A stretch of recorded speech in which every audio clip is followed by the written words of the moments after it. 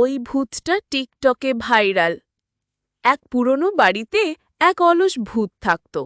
আগে সে রাতভর লোককে ভয় দেখাত, চিৎকার করত, হাওয়া দিত।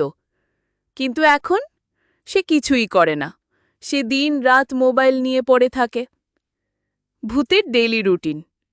ভোর ৩টায় উঠে ভূত বলে, আহা, আজ নতুন ভিডিও এলো।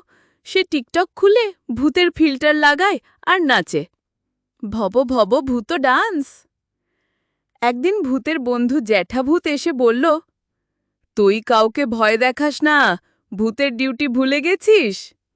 ভূত বলল, ভয় দেখিয়ে লাভ কি, লাইকের সংখ্যা তো কমে যায়।